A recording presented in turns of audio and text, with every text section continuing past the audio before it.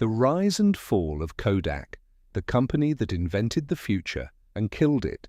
In 1975, a Kodak engineer built the world's first digital camera. His bosses told him to keep it quiet.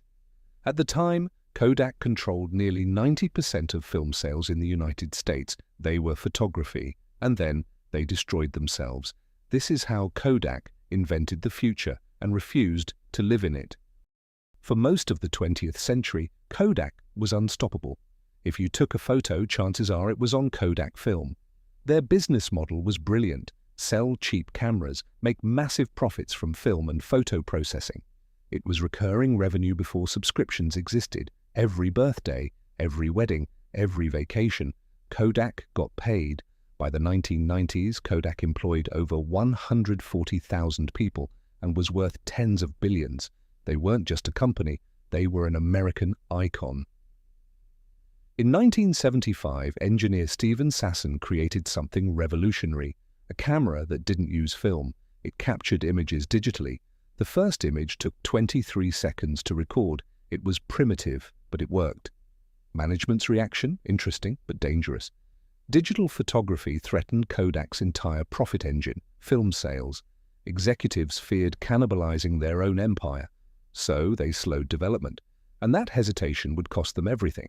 Through the 1990s and early 2000s, digital cameras improved rapidly. Competitors like Sony and Canon pushed forward.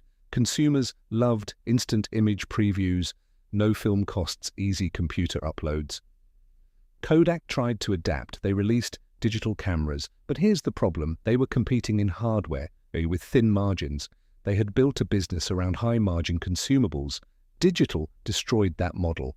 And worse, Kodak still protected its film business. They were stuck between two worlds. Film sales declined rapidly, processing labs closed, revenues fell. Kodak's stock plummeted.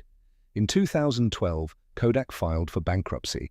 The company that defined photography for over a century was bankrupt, not because they lacked innovation, but because they feared it. Kodak's failure wasn't technological, it was psychological. They were too successful, too dominant, too dependent on what had always worked. They saw the future. They just couldn't let go of the past. And in business, protecting yesterday often destroys tomorrow. Kodak didn't miss the digital revolution, they started it. But empires don't fall because they don't see change. They fall because they refuse to embrace it.